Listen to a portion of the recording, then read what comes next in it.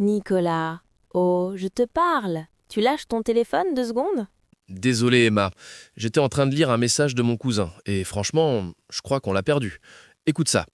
Salut, JPP de ma meuf, elle est trop chelou en ce moment, c'est relou de ouf, on se capte tout à l'heure?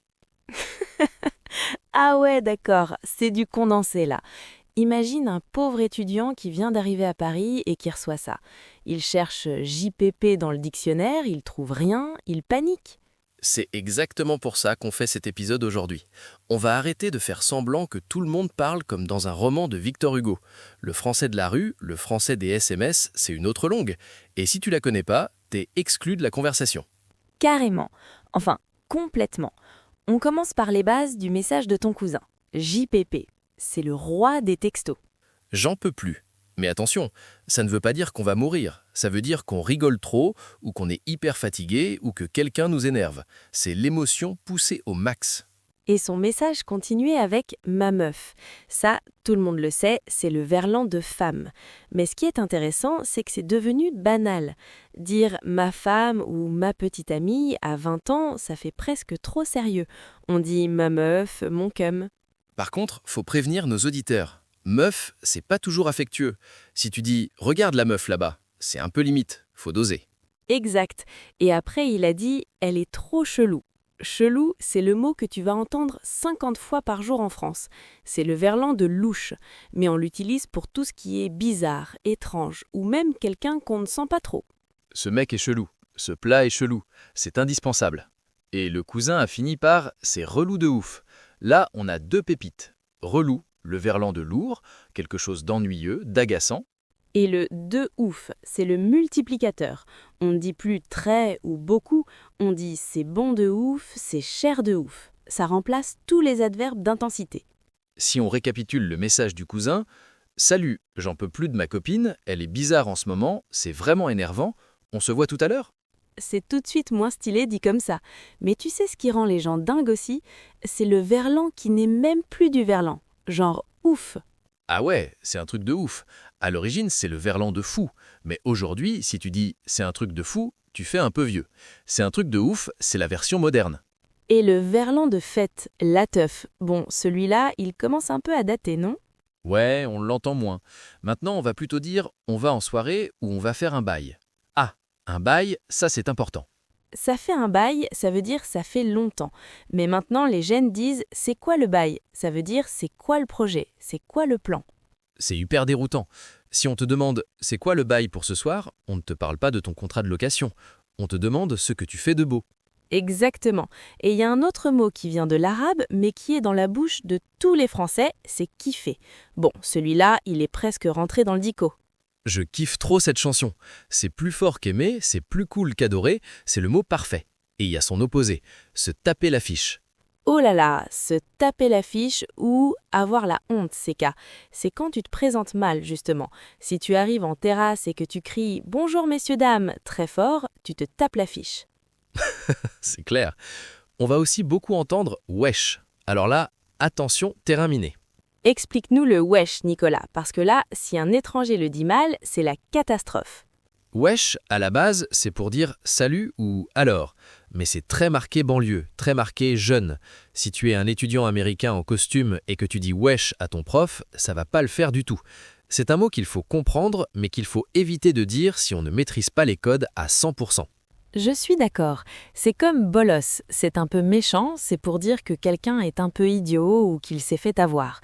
Faut le savoir pour pas se faire insulter sans comprendre, mais faut pas le crier sur tous les toits. Par contre, un mot que tout le monde peut utiliser, c'est la flemme.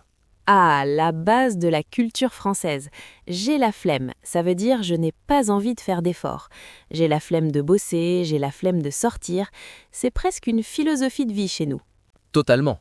Et en texto, on écrit juste « flemme ». C'est le message universel pour annuler un rendez-vous à la dernière minute. Bon, on a vu pas mal de mots là.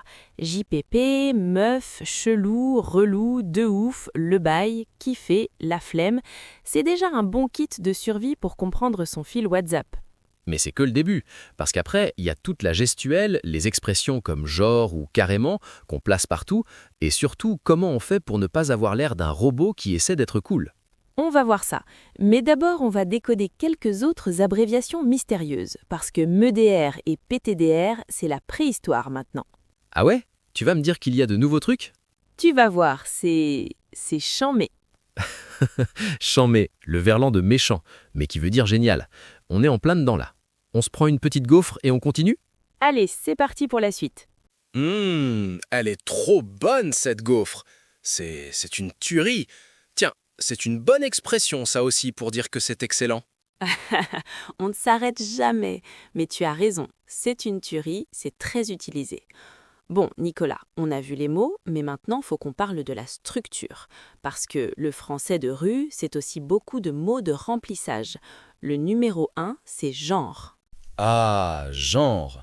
Je crois que je le dis au moins 3 fois par phrase sans m'en rendre compte. Le robot, il utilise par exemple ou comme si. Mais nous, on dit il était là, genre il savait pas quoi dire. C'est ça. Genre, ça sert à tout. Ça sert à citer quelqu'un, à donner un exemple ou juste à faire une pause dans sa phrase. Mais attention, si tu le dis trop, on dirait une caricature de lycéen parisien. C'est vrai. Et il y a son cousin en mode. Ça, c'est l'expression de 2026. On n'est plus très fatigué, on est en mode zombie. On n'est plus concentré, on est en mode travail. J'adore celui-là, c'est très visuel. Hier, j'étais en mode flemme totale, je suis restée dans mon lit. Ça remplace des structures de phrases entières, c'est hyper efficace. Et attends, il y a un autre truc qui rend les étrangers dingues, c'est quand on finit nos phrases par ou quoi. Ah oui, t'es sérieux ou quoi? C'est beau ou quoi? Ça ne veut pas dire qu'on attend une alternative, c'est juste pour mettre de l'emphase, pour donner du relief à la question. Si tu dis juste t'es sérieux, c'est une question. Si tu dis t'es sérieux ou quoi, c'est que tu es vraiment étonné, voire un peu énervé. C'est la nuance de la rue. Et tiens, puisqu'on est dans le décodage, faut qu'on parle d'un truc un peu plus délicat. Les mots comme putain ou merde. Ah, le fameux ponctuation française. On ne va pas se mentir, on les utilise tout le temps. Mais pour un étranger, c'est dangereux. Exactement. Le conseil qu'on peut donner, c'est de comprendre que putain, en France, ce n'est pas forcément une insulte, c'est une virgule. Putain, c'est bon. Putain, j'ai raté mon bus, c'est de l'émotion pure. Mais ne le dites pas devant votre belle-mère ou votre patron par pitié. Grave. Enfin, totalement. Pour être plus safe, utilisez mince ou punaise. Ça fait moins rue, mais c'est plus sûr. Et en parlant de safe, il y a un mot qui revient en force, c'est sérieux, utilisé tout seul. Sérieux, au lieu de c'est vrai, ou alors c'est clair. C'est clair, c'est le nouveau « oui, je suis d'accord avec toi ». Il fait trop chaud aujourd'hui. C'est clair, c'est court, c'est net. Nicolas, j'ai une question pour toi. Qu'est-ce que tu penses des nouveaux délires de mots, genre le kwakubé ou les trucs de TikTok?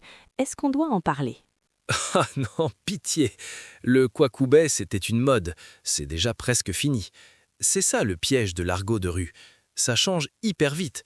Si tu apprends un mot aujourd'hui, dans 6 mois, il est peut-être has-been. C'est pour ça qu'il vaut mieux se concentrer sur les classiques, comme laisse tomber. Ça ne mourra jamais. Ah oui, laisse tomber. Ça ne veut pas dire de jeter quelque chose par terre. Ça veut dire oublie. C'est pas grave ou c'est trop compliqué à expliquer. On va au ciné? Ah non, j'ai trop de boulot.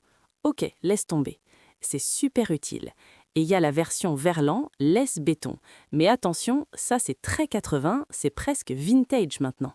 Si tu dis ça, on va croire que tu écoutes du Renaud en boucle. Laisse béton, c'est pour le style rétro alors. Bon, Emma, on a donné beaucoup de clés là. Mais le plus dur pour ceux qui nous écoutent, c'est le dosage.